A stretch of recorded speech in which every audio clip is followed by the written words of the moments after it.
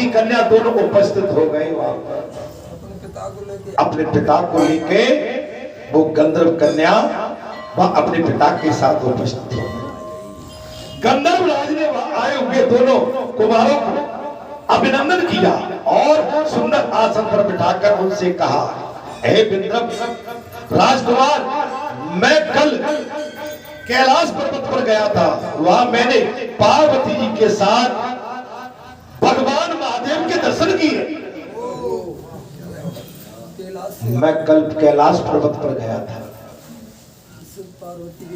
जय गंधर्व कन्या के पिता ने कहा, मैं कल कैलाश पर्वत पर गया था, मैंने वहां जाकर भगवान शंकर के कैलाश पर्वत मां पार्वती के साथ दर्शन किए। देवेश्वर भगवान शिव करुणा रूपी अमृत के सागर है, उन्होंने मुझे बुलाकर सब देवताओं के समीप इस प्रकार कहा, पृथ्वी तल पर धर्मगुप्त नाम से एक राज्य छिड़ गया है, शत्रुओं ने उनके देश को अपने अधिकार में कर लिया है।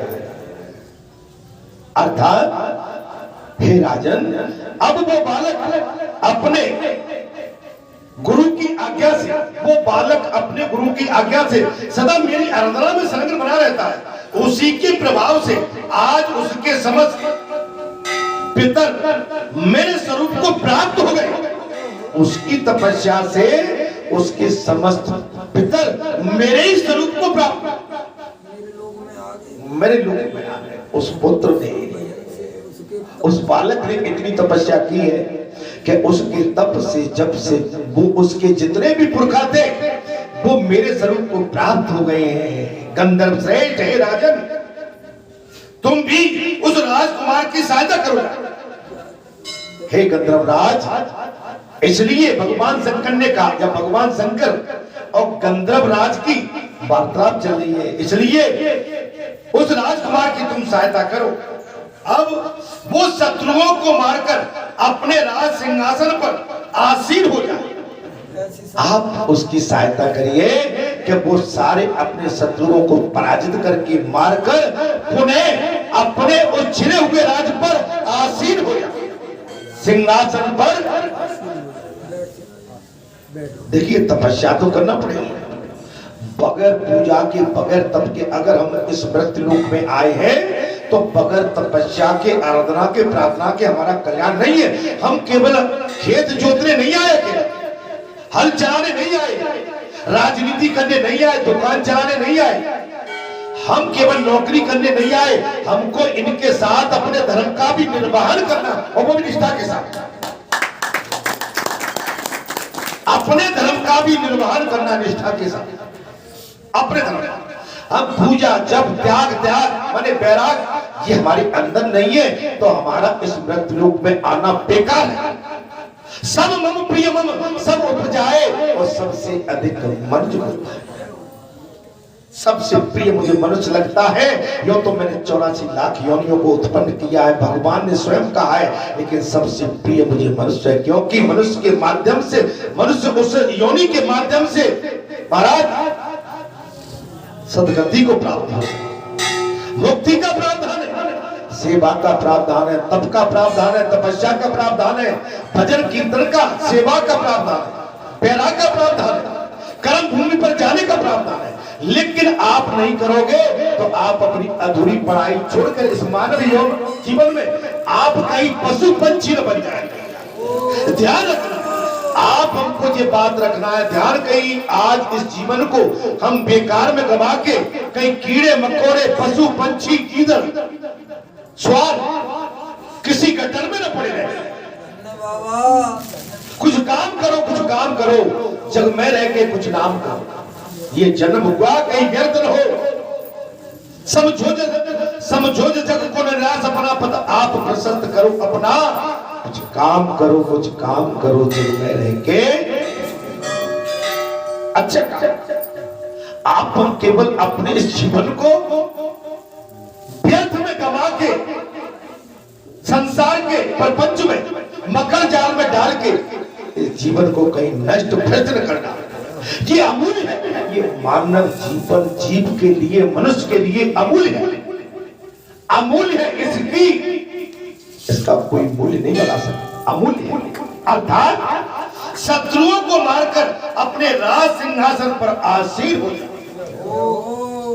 ऐसी दया करो हे गंधर्वराज कि वो जो राजकुमार है अपने शत्रुओं को पराजित करने के पश्चात पुनः उसका राज उसको प्राप्त हो जाए और वो राज सिंहासन पर विराजमान हो जाए। महादेव जी के इस प्रकार आज्ञा देने पर अपने घर को मैं आया। उस गंधर्वराज ने साफ कह दिया उन दोनों से, राजकुमार से, ब्राह्मणी से और ब्राह्मण पुत्र के सामने अपनी बात रख दी कि उन महादेव बाबा की आज्ञा से मैं आपके पास। बालाजी आए अपनी अनुसार, लेकिन आज्ञा हमको दे दी थी आज से 28-20 साल पहले कि जाओ कि जाओ, मैं आ गया, जाओ मैं आ गया हूं। मैं तुमको आदेश देता हूं कि मेरे नाम का डंका बजा दो। मैं वहां पर जगह, मैं वहां पर प्रकट होना चाहता हूं, प्रकट हो चुका हूं, लेकिन माध्यम तुम्हें बनाता हूं। जाओ वहां पर मैं राम नाम का डंका बजाना चाहता हूं, मेरे मंदिर का निर्माण कराओ, मैं तुम्हारे साथ।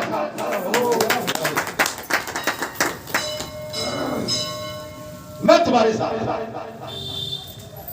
तो माध्यम तो कोई ना कोई बनता है।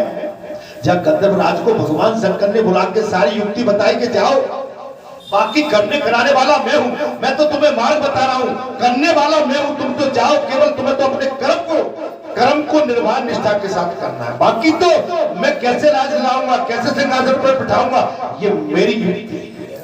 भगवान शंकर ने साफ कहा, यहां मेरी कन्या ने भी तुम्हारे लिए बहुत प्रार्थना की।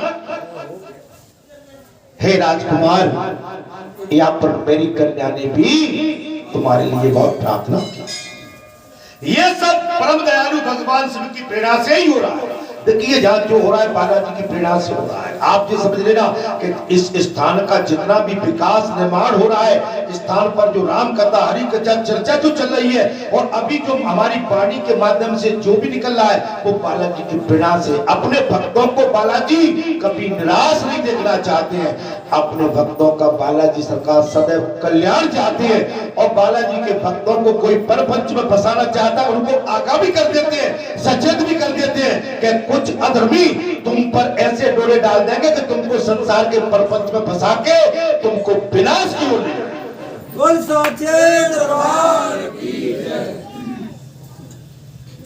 हमारी बातें खराब तो लगती होंगी, अरे लगती है। अरे महाराज तुम कैसे रुक जाते हो, कैसे रुक गए? लोकरीत तो सब पे नहीं है, सब पे लोकरीत है भाई। समाज वाला, परिवार वाला, बाल बच्चे वाला कौन नहीं है संसार में? हम सभी बाल बच्चे समाज वाले बैठे हुए कि ऐसी भी लोकरीत कहा जाए कि हम अपने अच्छे कर्म को भूल के संसार की चपेट में आ जाए, बीमारी दुखी होके अपने खिलते हुए चेहरे को भी मुरझा के चले आए।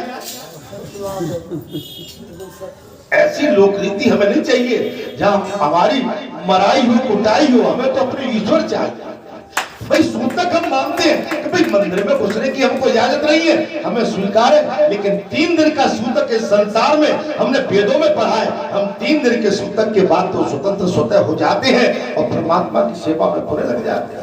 ये तो मैंने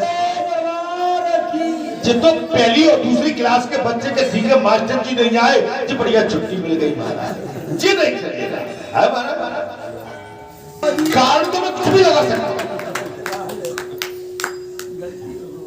कारण तो मैं कुछ भी लगा दूंगा, और आपका कारण मुझे न चाहते हुए स्वीकार करना पड़ेगा।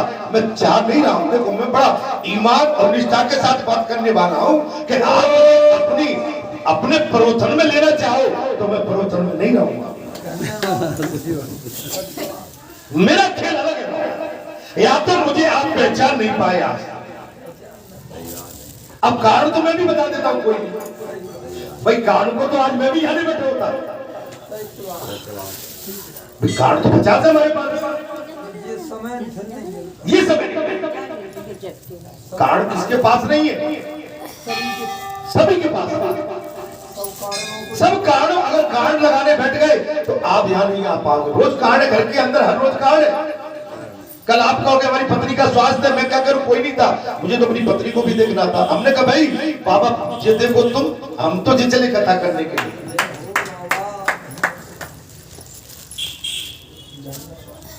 जब हम ईश्वर पे सब छोड़ देते हैं, अब देखिए जब तक द्रौपदी को अपने पांचों पतियों पर अभिमान था और दुष्ट दुशासन बड़ी सभा में द्रौपदा की साड़ी खींच रहा था, ठीक है, कारण था कि नहीं, कारण था।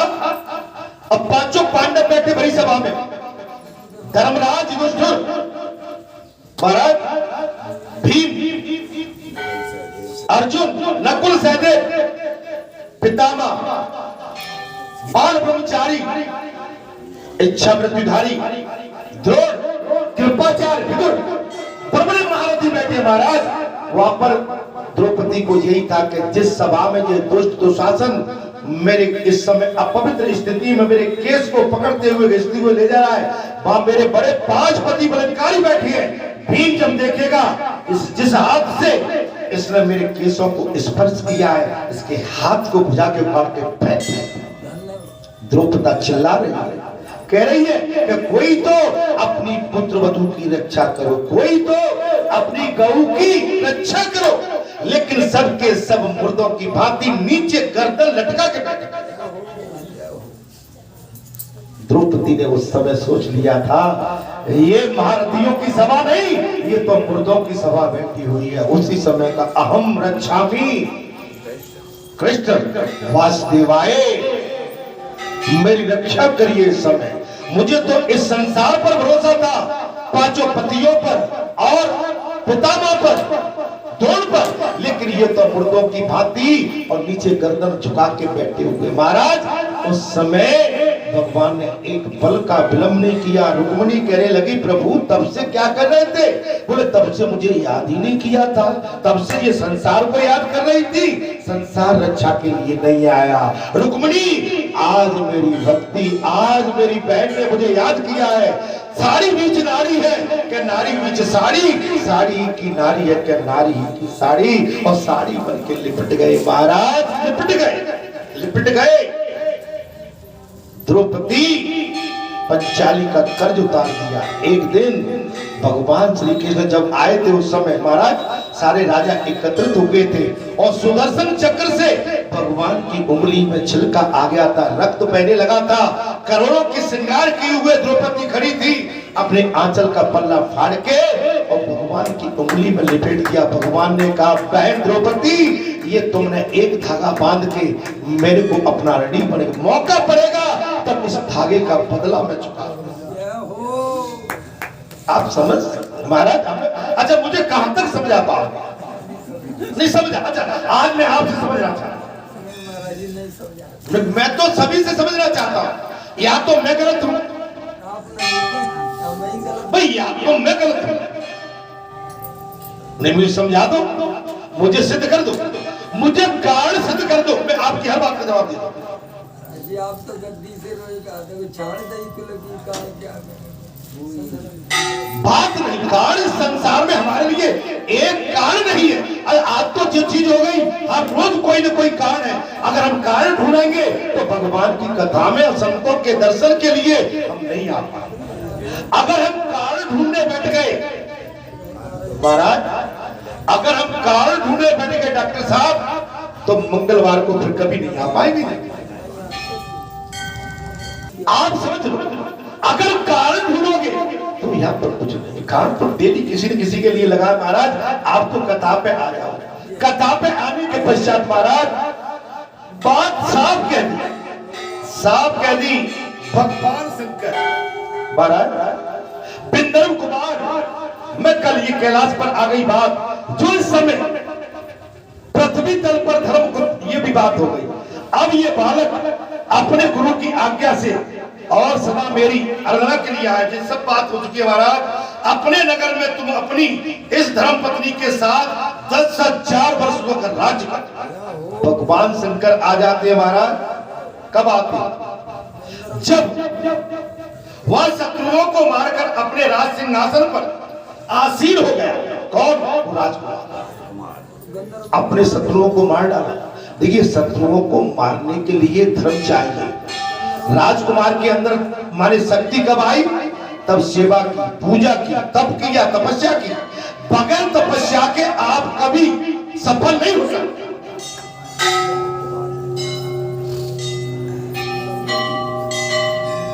जैसे मैं सोच रहा हूं आज का, अच्छा मन की बात बताओ, बोले वाले भैया तुम्हारे मन में क्या चल रहा है? ये कोई बात थोड़ी है ना, मैं तुम्हारे मन की बात बता देता हूँ। अरे कथा कहो, कल्याण का मार्ग बताओ। अरे तुम भगवान नहीं हो, तो कब मरोगे, कब जिंदा करोगे? तुम भगवान कभी नहीं हो सकते। आप कोई सच्चा मार्ग बताइए जिससे वो जीव का कल्याण। अब तुमने तो मन की बात बता के उसके मन में संशय और पैदा कर, संशय पैदा जी, संशय पैदा हो रहे, संशय पैदा हो गया। भगवान से और हटा के अपनी ओर खींच। आपने तो भगवान से हटा के किसी चमत्कारी है, तुम अपने मरने का सामान क्यों इकट्ठे कर रहे? अरे चमत्कारी तो परमात्मा है, इंसान कभी चमत्कारी नहीं हो सकता। इंसान तो तप तपस्या वैराग्य के माध्यम से उस परमात्मा की चरणों की रज पाकर अपना कल्याण मात्र करा सकता है। चमत्कारी तो ईश्वर है जो जिंदे को मार दे और मारे हुए को जिंदा कर। अर्थात महादेव जी के इस प्रकार आज्ञा देने पर अपने घर को गए और यहाँ मेरी कन्या ने भी तुम्हारे लिए बहुत प्रार्थना की है। ये परम दयालु भगवान शिव की प्रेरणा से ही हो रहा है, ऐसा समझकर मैं इस कन्या को साथ लेकर आया हूँ। अतः अपनी पुत्री अंशुमति को मैं तुम्हें पत्नी रूप में देता हूँ,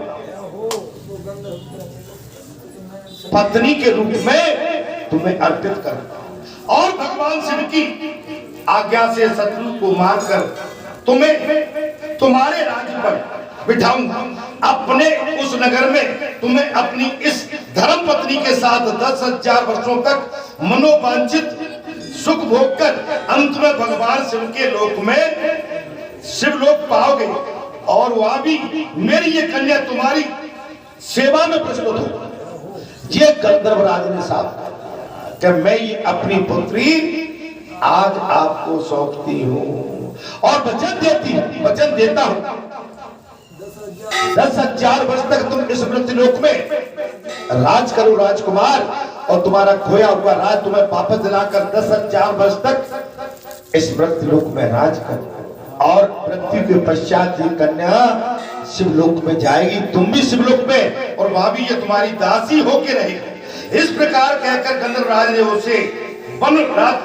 उसी वन में राजकुमार के साथ अपनी पुत्री का विवाह कर दिया। वही जो राम रचना का कोकर तर्क बढ़ावे सका, वही राम रचना कोकर तर्क बढ़ावे सका। अरे असकय लगे जपन हरिनामा, कई शक्ति जहां प्रभु सुखा। भगवान से ही सब काम बनते, बगैर भगवान के आपके कार्य कभी सफल नहीं हो सकते। आप धर्म को सदा अपने साथ रखिए, प्रभु का गुणगान करिए, भजन करिए, कीर्तन करिए, मन लगा के भगवान के चरणों में अनुराग करिए, तप करिए, तपस्या करिए, बैराग धारण करिए। आप ये नहीं कि खेत में आप बैराग धारण करके भी खेत की जुताई कर सकते हैं, गुड़ाई कर सकते हैं, निदाई कर सकते हैं, आप उसकी पैदावार और अधिक देखें। ये नहीं आप नौकरी भी बैराग धारण करके कर सकते हैं, राजनीति भी मोदी की भांति और योगी की भांति आप बैराग धारण करके कर सकते हैं। लेकिन आपके मन में अगर संकल्प पक्का नहीं है तो निश्चित आप कहीं न कहीं उलझ जाए। आपका मन परपक्व एवं पक्का संकल्प होना चाहिए। आपका संकल्प ही आपके कल्याण का मार्ग बने, आपका संकल्प ही तपस्या, आपकी वाणी ये कल्याणकारी हो।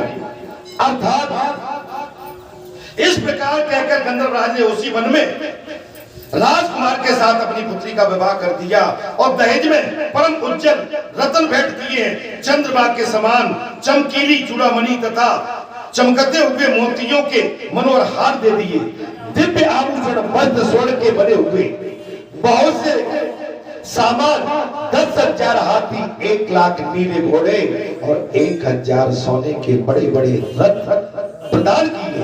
अंत में एक दिव्य रथ भी दे दिया है, इंद्र के धनुष के समान विशाल धनुष, सहस्त्र अस्त्र शस्त्र, अच्छे बाणों से भरे हुए, जो तत्काल अभय स्वर्णमयी कवच तथा शत्रुओं का संहार करने वाली शक्ति समर्पित कर डाली।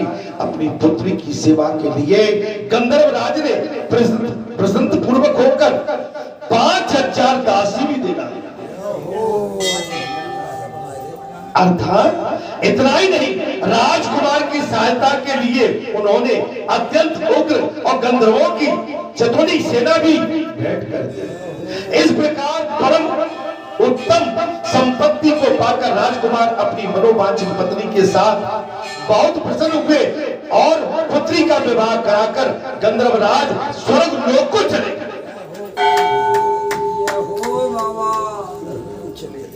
अच्छा एक बात बताओ, जब बाबा यहाँ प्रकट हुए बाबा प्रकट हुए तब एक आदमी को पकड़ के लाए थे। किसको लाए थे महाराज? नहीं, किसको लाए? भाई एक आदमी को पकड़ के लाए कि चलो मुझे स्थान लेना। अब कितने आदमी खड़े हुए? अब कितने भक्त खड़े हुए, कितने संत खड़े हुए?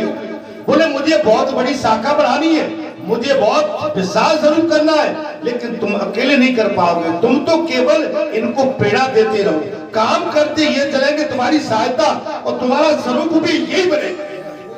तुम्हारी सहायता भी ये करेंगे और तुम्हारा स्वरूप भी यही बनेगा। अच्छा जी, कहाँ लिखा है? कहाँ लिखा? इसमें लिखा है भाई। देखिए ना भाई, आप इतनी बढ़िया प्रकृति, इतने श्रेष्ठ, इतना बढ़िया मैदान, इतना बढ़िया धाम, सुंदर धाम, इतने सुंदर भगत संत महात्मा, माता बहन बेटी, सीताराम राधे श्याम, और आवागमन मचा हुआ है, रोड पे दुकानें लग गई, यहाँ का विकास हो गया, डेवलप हो गया, यहाँ पर जय जयकार हो रही है, घंटे बज गए, बढ़िया द्वार बन गया, सुंदर परिक्रमा बन गई, कीर्तन से कीर्तन हो रहा है। पहले एक, लेकिन भगवान ने अपनी व्यवस्था अनेकों में परिवर्तित कर दी। बताइए, हमारी मालन कुमारी मैया ये पैदल थोड़ी आती माती, अगर जहां नहीं बना तो मेरी मालूम कीजिए, माँ तुम्हें दर्शन देने के लिए, ये वृद्ध माता तुम्हें दर्शन देने के लिए यहाँ आती क्या? भाई बाबा का आश्रम बना, बाबा का मंदिर बना, तभी तो ये आ रहे हैं। ये मेरी माताएं बहन बेटी जो विभिन्न स्थानों से आई है, क्या ये कथा सुनने के लिए आती? कभी कभी नहीं आती। क्यों आ रही है? कि यहाँ पर इतना सुंदर मंदिर का निर्माण है, भगवान का भजन कीर्तन संकीर्तन, दर्शन भी होते हैं, कथा भी मिलती है, संत महात्माओं के दर्शन और भगवान की हमें कथा मिलती है, उससे हमारा कल्याण क्या होगा? कितने दर्शनार्थी आते हैं, इतना बड़ा मेला लगा दिया, विष्णु भगवान की महायज्ञ करा डाली।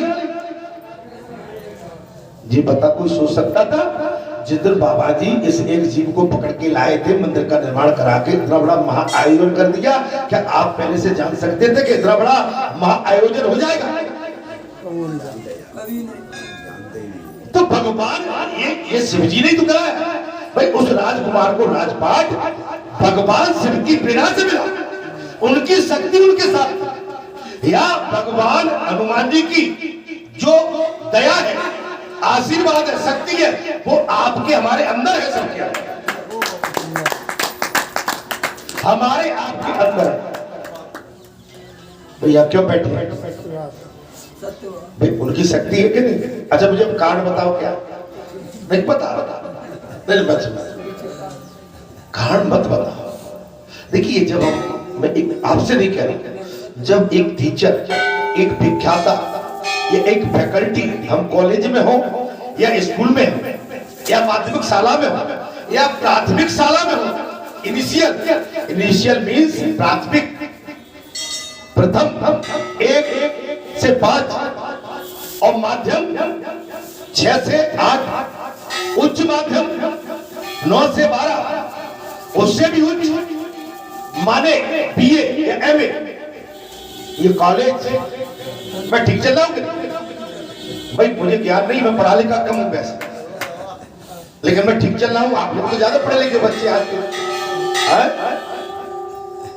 नहीं है? अच्छा आप मुझे पूरे आ आ इ ई उ ऊ ए ऐ ओ औ अंगा का खा गा घा अंगा चा छा जा जा रा ता था दा धा ना पा भा बा भा मा या रा ला वा सा सा सा छत्र क्या ये ठीक है? मैं ठीक पढ़ा? बोल बालाजी सरकार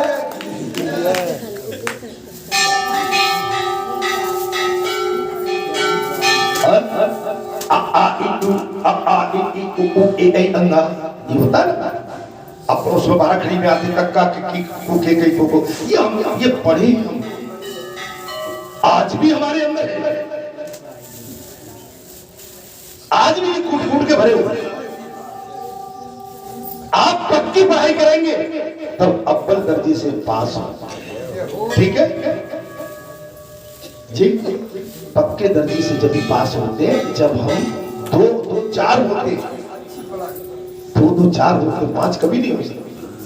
2 3 5 होते, 2 + 3 बराबर equal to 5। I am right? मैं ठीक बोल रहा हूं? तो आप ये बात को मेरे को अब जब तक हम समझेंगे, ये संसार एक हमारे लिए चुंबक है, गगन है। ये पृथ्वी ये ऊपर गगन है और पृथ्वी और गगन के बीच में ये संसार है। आप समझ सकते हैं? ये प्रकृति हमको खाने पीने के लिए विभिन्न पदार्थ पैदा करती है महाराज। इसके अंदर से जल भी है, अन्न भी है, विभिन्न प्रकार की औषधि भी है। और जो ऊपर गगन है, आकाश जिसको बोलते हैं, वो हमको छतरी की भांति हम पर छाया है। ये परमात्मा का स्वरूप है। अर्थात तब सूत जी महाराज कहते हैं, महाराज कहां पहुंचे?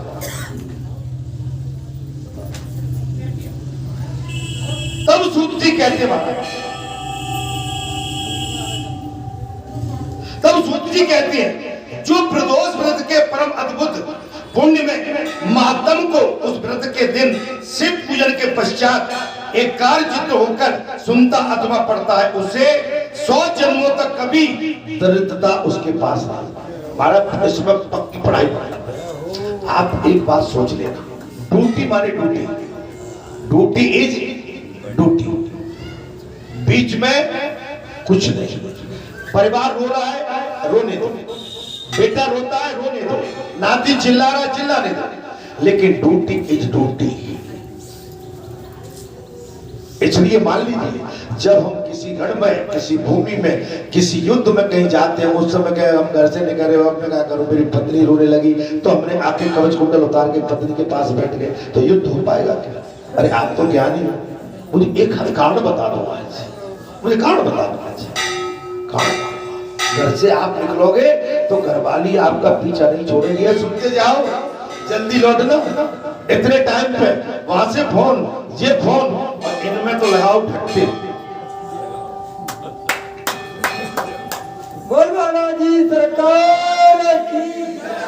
अपनी कर्म भूमि को पकाने के बाद फिर आप अगर उनके चक्कर में पड़े रहे तो महाराज जी तो रोज रहे। कहां लगे आप इतने ज्ञानी आदमी होंगे महाराज? हाँ, ये संसार हमको ठगने बैठ रहा है। हमारा यहाँ कोई नहीं है। आप अपनी पत्नी के प्रति आपका भाव अगर ठीक नहीं मिला, पत्नी के अंदर तालीबाजी करने लगी, जो आपसे दिन रात मरने मारने की बात करती है, उसकी आंखें भी महाराज एक शेरनी की तरह हो जाएगी। आप कहोगे बच जाता हो भैया, जब बड़ी अच्छी बात करती थी, आप तो ऊपर नीचे आंख कर रही है, तो तुम्हारा कोई नहीं है महाराज, कोई नहीं। इस संसार में कोई किसी का नहीं।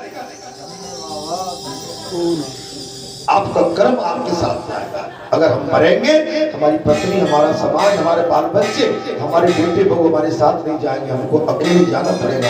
और अकेले जाने में बड़ी कठिनाई होगी। आज तो हम कहते बहू पैर दबा देगी, बेटा हमारी मालिश कर देगा, हमें बुखार होगा तब बेटा ले जाएगा बहू।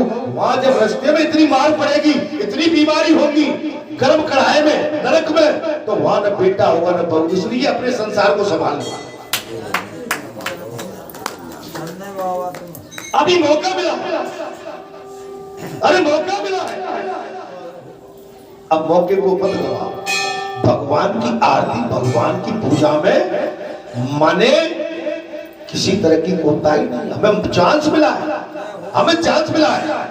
हमको परमात्मा की आरती के लिए, पूजा के लिए, साधना के लिए, तप के लिए, तपस्या के लिए एक पंथ दो काज हमें चांस मिला है। इस चांस को भी हम सहज में शरण में लेके गवाना चाहते हैं तो भगवान कहेगा मैंने तो मौका दिया था लेकिन तुमने वो मौका छोड़ दिया, मैं क्या कर सकता। मुंह को गमा ही देगा। मुझे कोई अच्छा मुझे कोई कारण बता दो।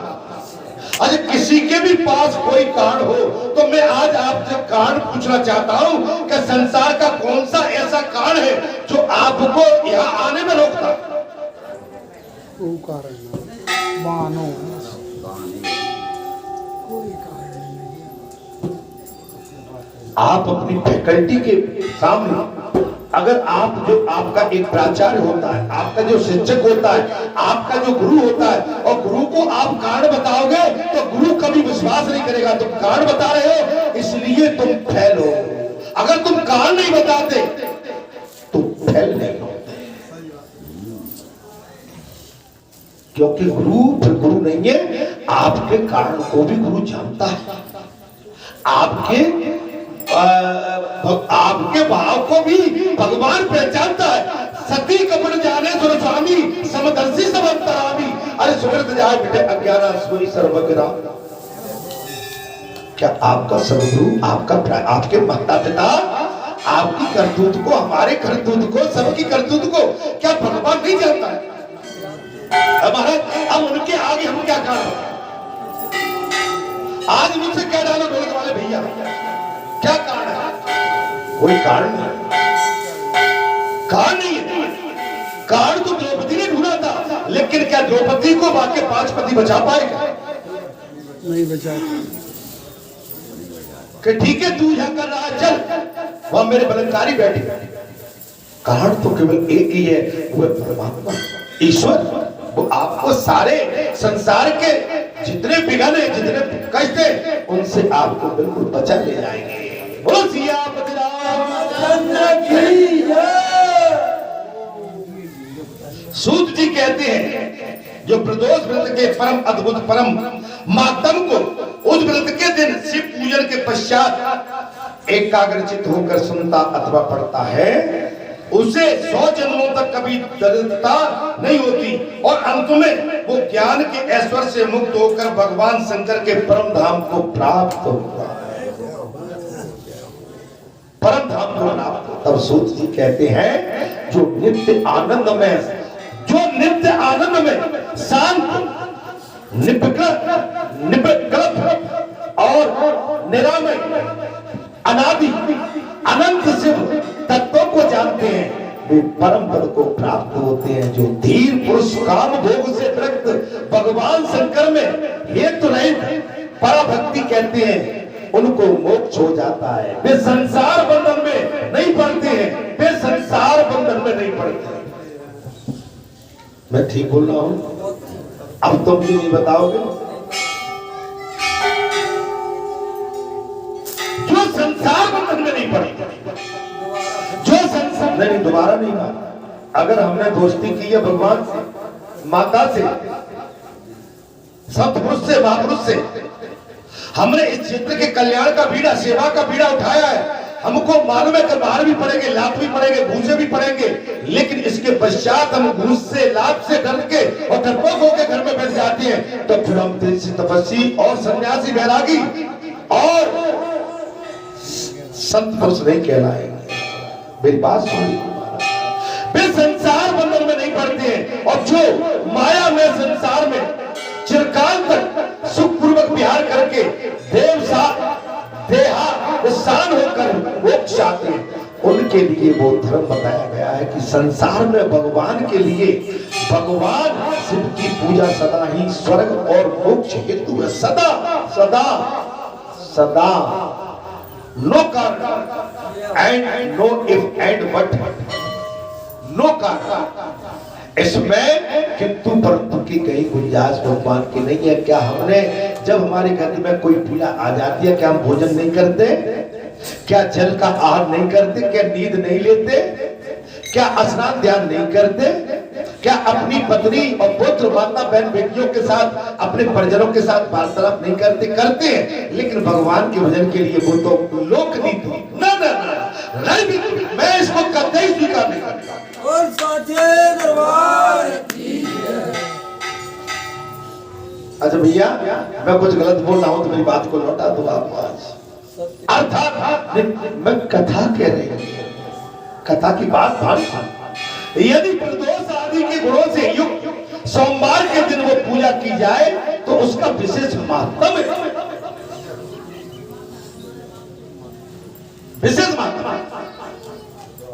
हमको तो जब घर में सांप बिच्छू डसते महाराज, हम सीधी दौड़ बाहर लगाते हैं। घर में 1 मिनट बैठना, 10 मिनट वाले 2 घंटे भी घर के अंदर पीड़ा देते हैं। घर के अंदर 1 घंटा भी पीड़ा देता है, 1 घंटा पीड़ा देता है।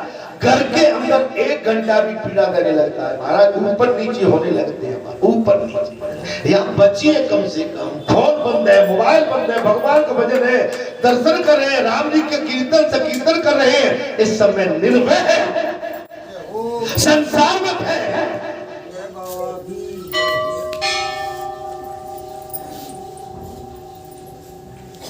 जो केवल सोमवार को भी भगवान शंकर की पूजा करते हैं, उनके लिए ये लोक और परलोक में कोई भी वस्तु दुर्लभ नहीं है। भगवान शंकर की सोमवार के दिन जो जल और पूजा करते हैं, उनके लिए ये लोग हमारे वृद्धि लोक और परलोक दुर्लभ नहीं। सोमवार को उपवास करके पवित्र होकर इंद्रियों को वश में रखते हुए वैदिक अथवा लौकिक मंत्रों से विधि पूर्वक भगवान शिव की पूजा करनी चाहिए। हर दिन पूजा करें, हर समय पूजा करें। सोमवार भगवान शंकर का है, मंगलवार उन्हीं के रुद्र अवतार हनुमान जी का है, बुधवार गणेश जी का है, गुरुवार गुरु का तो है ही और भगवान श्री कृष्ण का है, शुक्रवार भैया का है, शनिवार हनुमान जी का है, इतवार भगवान सूर्य का है। मैं आपको किस किस की पढ़ाई बताऊं भाई? ऐसी कौन सी जगह खाली है तब भगवान ने जहां चितवाऊ ता प्रभु आसीना, जहां चितवाऊ ता प्रभु आसीना से वही सिद्ध मुनीस प्रति। ऐसी कौन सी जगह नहीं है जब भगवान नहीं है? आपको अभी पिछले मंगलवार को कथा में दृष्टांत आया था, जब भगवान श्री रघुनाथ वनवास के टाइम में वाल्मीकि आश्रम में पहुंच गए। वाल्मीकि त्रिकालदर्शी वाल्मीकि के आश्रम में भगवान माता जानकी लक्ष्मण के साथ जब आप चित्रकूट में पहुंचे महाराज, भगवान की आओ भगत जाओ भगत वाल्मीकि ने सेवा की और उनको वो स्थान बहुत अच्छा लगा। भगवान रघुनाथ पूछने लगे, हे महामुनि, मुझे कोई ऐसी उपयुक्त जगह बताओ जहां मैं आप अपना एक आशियाना बना के, जहां मैं अपना आशियाना बना के उस स्थान पर रह सकूं। तो जानते हो वाल्मीकि जी ने क्या कहा था? भगवान आप अनजान होकर मुझसे पूछ रहे हो? भगवान बोले आप अनजान होकर मुझसे पूछ रहे हो? ऐसी कौन सी जगह नहीं है जहां आप न रह सकें? और वो कौन सी जगह नहीं है जो आपके लिए उपयुक्त हो? अब कौन सी जगह ऐसी नहीं है जहां आप न हो? जहां आप, ऐसी कौन सी जगह नहीं है जहां आप न हो? अब बताओ मुझे, अब बताओ। वाल्मीकि जी ने अच्छा एक बात बताई, अब मुझे आप बताइए ऐसी कौन सी जगह जहां भगवान नहीं है? अच्छा आप घर में रहते हैं तो क्या घर में हनुमान जी बालाजी आपको दिख नहीं रहे? दिख रहे? आप घर में रहते हैं, शादी ब्याह में जाते हैं, किसी समाज के किसी काम में जाते हैं, वह हमारी स्थिति क्या है, वह हमारा भाव क्या, क्या दिख नहीं रहे? अच्छा घर में हम 7-8 दिन नहीं आए, तो हमें दिखा नहीं था कि वहां पर 7-8 दिन हम क्या कर रहे थे? चलिए एक मनुष्य से तो हम बचा सकते हैं, लेकिन भगवान से कोई बचा नहीं जाता। ईश्वर से कौन छुपा सकता है? मैं इसलिए आप सबसे अनुरोध करता हूं कि ईश्वर से कोई बात नहीं छिपी है, हम इंसान से तो का समझते, और पक्का अगर पक्का आपका गुरु है तो गुरु भी आपको छान लेगा कि नहीं ये यहां तक तो बात ठीक थी, लेकिन इसके आगे जो बात उचित नहीं।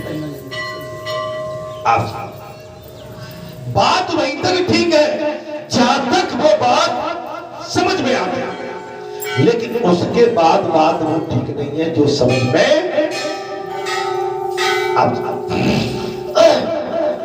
अर्थात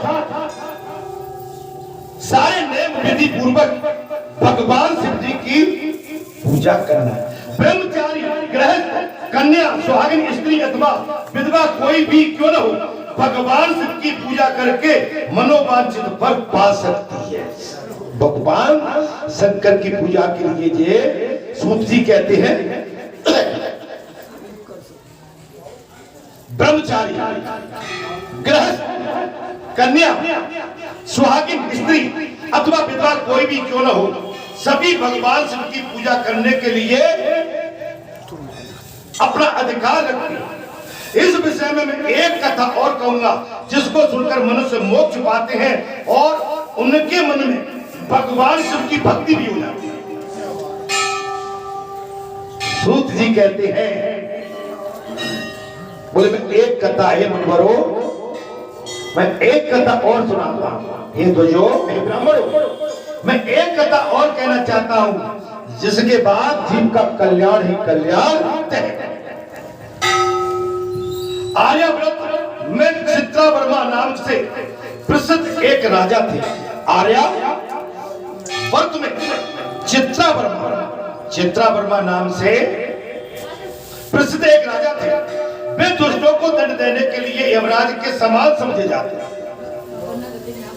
वे दुष्टों को दंड देने के लिए यमराज के समान समझे जाते थे।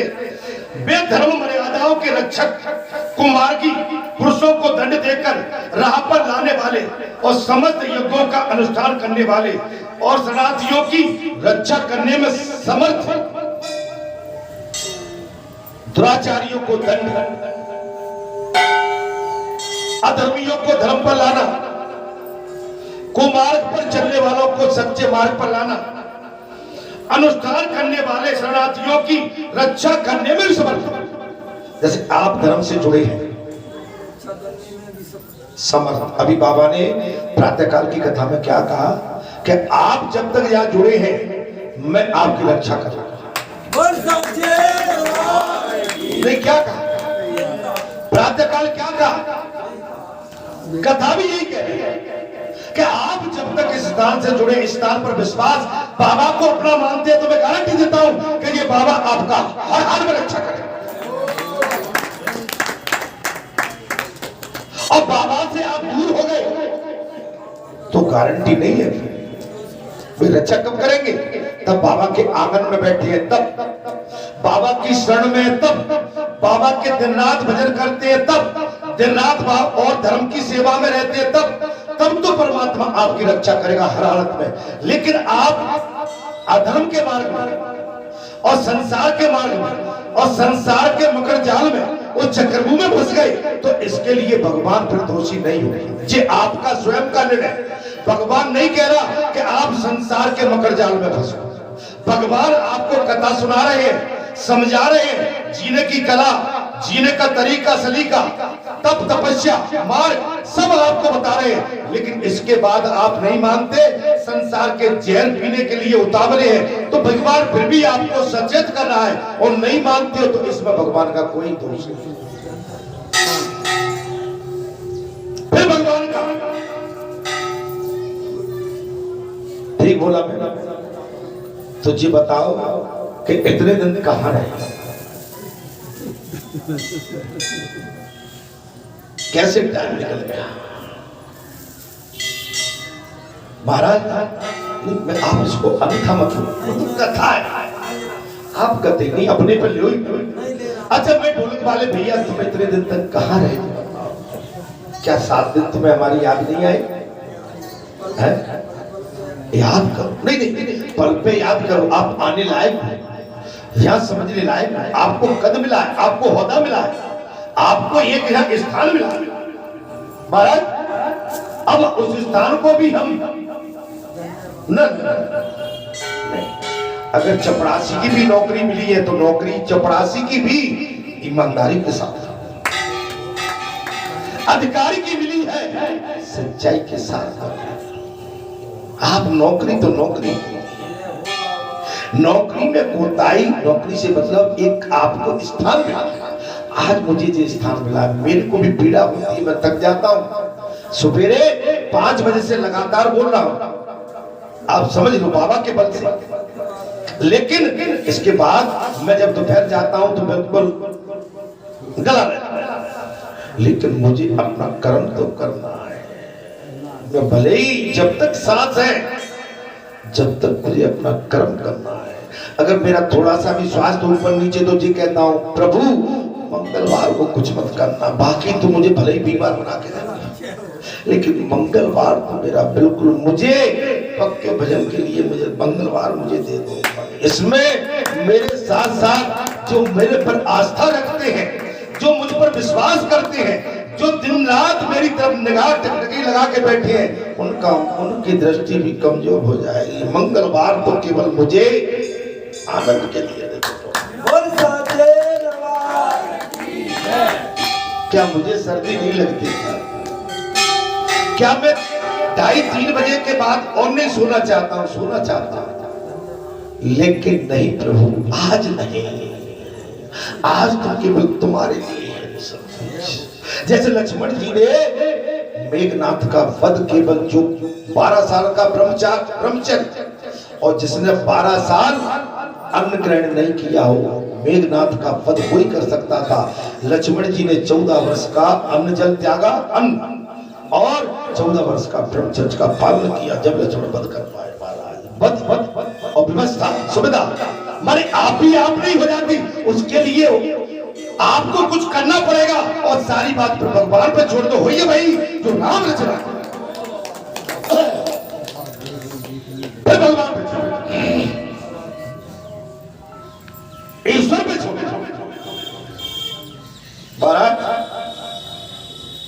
वे धर्म मर्यादा के रक्षक, कुमार्गी पुरुषों को दंड देकर राह पर लाने वाले, समस्त यज्ञों का अनुष्ठान करने वाले, शरणार्थियों की रक्षा करने में समर्थ थे। भगवान शिव और विष्णु में उनकी बड़ी भक्ति थी। भगवान शिव विष्णु में बड़ी भक्ति थी। राजा चित्रवर्मा ने अनेक परम पराक्रमी पुत्रों को पाकर अंत में एक सुंदर मुखवाली कन्या प्राप्त की। अनेक पुत्र थे, लेकिन एक सुंदर कन्या प्राप्त की। एक दिन राजा ने जात के लक्षण जानने वाले श्रेष्ठ ब्राह्मण को बुलाकर कन्या की जन्म कुंडली के अनुसार भावी फल पूछे। तब उन ब्राह्मण ने, एक बहुत विद्वान ने कहा, महाराज ये आपकी कन्या सीमंतनी नाम से प्रसिद्ध होगी। ये भगवती उमा की भांति मंगलमयी, दयावंती एवं परम सुंदरी, सरस्वती के समान सब कलाओं में जानने वाली एवं लक्ष्मी की भांति अत्यंत सद्गुणों से सुशोभित होगी। ये 10,000 वर्षों तक अपने स्वामी के साथ आनंद भोगेगी। माने सारे सद्गुण बता दिए। उस राजा की पुत्री चित्रवर्मा की पुत्री ने, जब राजा ने ये बात एक विद्वान ब्राह्मण को बुलाकर पूछा, उस कन्या के सभी गुण उस राजा के सामने गुणगान बखान करवा रहा, एवं ये भांति भांति के अत्यंत सद्गुणों से सुशोभित होकर स्वामी को आनंद भोगेगी और 8 पुत्रों को जन्म देकर उत्तम सुख का उपभोग करेगी। 8 पुत्रों को जन्म देगी। ये कन्या क्या करेगी? आपकी ये सुंदर कन्या 8 पुत्रों को जन्म देकर उत्तम सुख का उपभोग करेगी। तत्पश्चात एक दूसरे ब्राह्मण ने कहा, ये कन्या 14वें वर्ष में विधवा हो जाएगी। दो विद्वान आ गए। एक ब्राह्मण ने कहा, हे राजन, ये 14वें वर्ष में तुम्हारी कन्या विधवा हो जाएगी। ये वज्रघात के समान दान वचन सुनकर राजा 2 घड़ी तक चिंता में डूबे। इन वचनों को सुनकर, वज्रघात के समान वचन सुनकर चित्रवर्मा राजा 2 घड़ी तक तो चिंता में डूबे रहे। तदंतर सब ब्राह्मणों को विदा करके राजा ने सब कुछ भाग्य के अनुसार होता है ऐसा समझकर चिंता छोड़ दी। सब भाग्य के अनुसार होता है। सूत जी कहते हैं, हे ब्राह्मणों, उस राजा ने ये सब समझकर, जानबूझकर ये चिंता छोड़कर भगवान के ऊपर सारी बात छोड़ दी। सीमांतनी धीरे धीरे सियानी हुई, अपनी सखियों के मुख से भाभी और वैद्य की बात सुनकर उससे बड़ा खेद हुआ और उसने चिंता मगन होकर याग वल्लक मुनि की पत्नी और मैत्री जी से पूछा, माता जी, मैं आपके चरण कमलों की शरण में आई हूं, मुझे सौभाग्य बढ़ाने वाली सत्कर्म उपदेश दीजिए। इस प्रकार शरण में आई हुई राजकन्या से पतिव्रता मैत्री ने कहा, सुंदरी, तू शिव सहित पार्वती की शरण में जाए और सोमवार एकाग्र चित्त होकर स्नान करके उपवास पूर्वक स्वच्छ वस्त्र धारण करके शिव और पार्वती का पूजन कर और सोमवार के दिन शिव और पार्वती की उपासना करती हुई, इससे बड़ी भारी आपत्ति बनने पर भी तू उससे मुक्त हो जाए। घोर से घोर एवं भयंकर महाकलेशों में पढ़कर भी शिव पूजा नहीं छोड़ना और उसके प्रभाव से महान भय से पार हो जा। इस प्रकार सीमांतनी को आश्वासन देकर पतिव्रता मैत्रेयी आश्रम को चली गई है। राजकुमारी ने उनके अनुसार,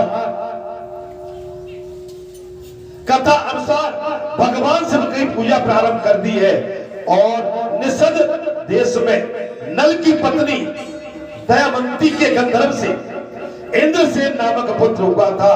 राजा इंद्रसेन के पुत्र चंद्रा गंध हुए और नृपसेन चित्रवर्मा ने राजकुमार के चंद्रगंध को बुलाकर और गुरुजनों की आज्ञा के अनुसार उनके साथ अपनी पुत्री सीमंतनी का विवाह कर दिया और उस विवाह में बड़ा उत्सव हुआ था। तब सुश्री कहते हैं, हे विप्रो, विवाह के पश्चात चंद्रगंध कुछ काल तक ससुराल में ही रहे और एक दिन राजकुमार यमुना के पार जाने के लिए कुछ मित्रों के साथ नाव पर सवार हुए। भाग्यवश नाव यमुना के भंवर में मल्ला सहित डूब गई। मल्ला सहित डूब गई। यमुना के दोनों तटों पर बड़ा भारी हाहाकार मच गया। सूत जी कहते हैं, इस दृश्य को देखकर, इस समाचार को सुनकर उनके परिजनों में दोनों ओर हाहाकार मच गई। इस दुर्घटना को देखने वाले समस्त सैनिकों के विलाप से सारा आकाश मंडल गूंज उठा और भयंकर रुदन का विलाप होने लगा। इस रुदन के विलाप को सुनकर आकाश मंडल गूंज उठा। डूबने वालों में से कुछ तो मर गए और कुछ गिरहाने गिरहा के पेट में चले गए तथा राजकुमार आदि कुछ लोग उस महाजल में अदृश्य हो गए। कुछ मर गए, कुछ उस जल में मगर ने अपने पेट में उनको निगल लिया और उस महाजाल में राजकुमार आदि अदृश्य हो गए। ये समाचार सुनकर राजा चित्रवर्मा बड़े व्याकुल हुए और यमुना के किनारे आकर मूर्छित होकर गिर पड़े हैं और सीमांतनी ने भी जब ये समाचार सुना तो वो भी अचेत होकर धरती पर गिर पड़ी। जब अपने पति की मृत्यु की बात सुनने के पश्चात राजा आए हैं चित्रवर्मा और सीमांतनी उनकी पत्नी आई है, वो भी इस समाचार को सुनकर धरती पर गिर पड़ी है। राजा इंद्रसेन जो अपने पुत्र के डूबने का समाचार पाकर रानियों सहित बहुत दुखी हुए हैं और सुध-बुध होकर गिर पड़े हैं। तदनंतर बड़े बूढ़ों के समझाने पर राजा चित्रवर्मा धीरे धीरे नगर में आए और उन्होंने अपनी पुत्री को धीरज बनाया। चित्रवर्मा उस नगर में आए हैं और धीरे धीरे अपनी पुत्री मंतवनी को धीरज बनाया। राजा चित्रवर्मा ने जल में डूबे हुए अपने दामाद का और वैहिक कृत्य आए हुए उनके बंधुओं से करवाया। पतिव्रता सीमांतनी ने चिंता में बैठकर पति लोक में जाने का विचार कर लिया, किंतु उसके पिता ने इसने बस रोक लिया। वो चिता में जाने की प्रेरणा करने लगी, लेकिन उसके पिता ने उसी पल अपनी पुत्री को इसने बस प्रेम बस रोक लिया है। तब वो विधवा जीवन व्यतीत करने लगी और मुनि पत्नी मैत्रेयी ने जिस सोमवार व्रत का उपदेश दिया था उसे सदाचार परायण सीमांतनी ने विधवा होने पर भी नहीं छोड़ा।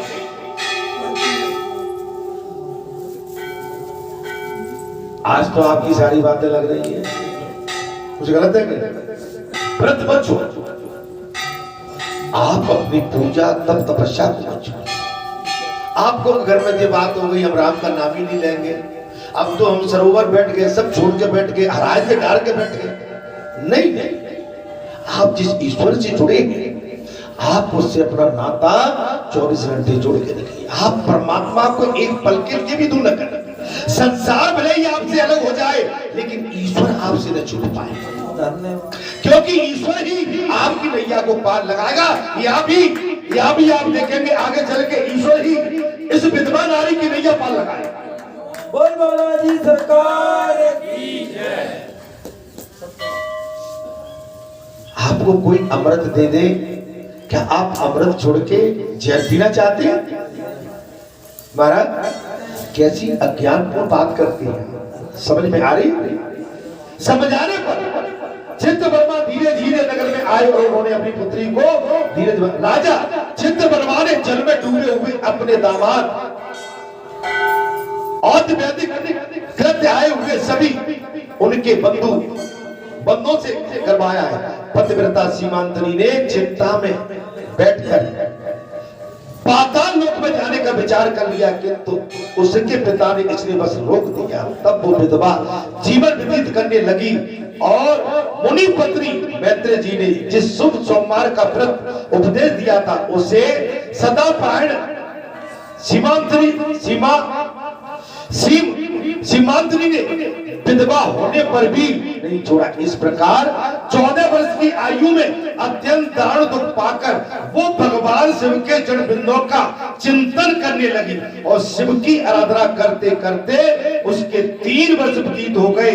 उधर पुत्र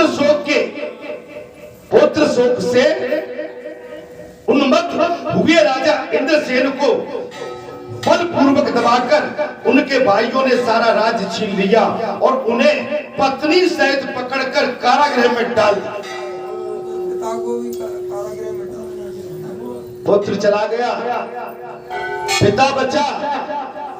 जो कुछ दिशाधारी ताकतवर लोग थे अधर्मी, उन्होंने भी उस इंद्रसेन राजा को महाराज कारागृह में डाल दिया। अर्थात इंद्रसेन के चंद्रागत यमुना के जल में डूबने नीचे नीचे गहराई में उतरने लगे। बहुत नीचे जाने पर उन्होंने नाग बंधुओं की जल क्रीड़ा में निमग्न देखा। राजकुमार को देखकर वे सभी विस्मित हुई और उन्हें पाताल लोक में ले गई। वहां जब भी मरा नहीं, पाताल में चले गए, वहां से धन्य बाबा की लीला भोलेनाथ। आप भगवान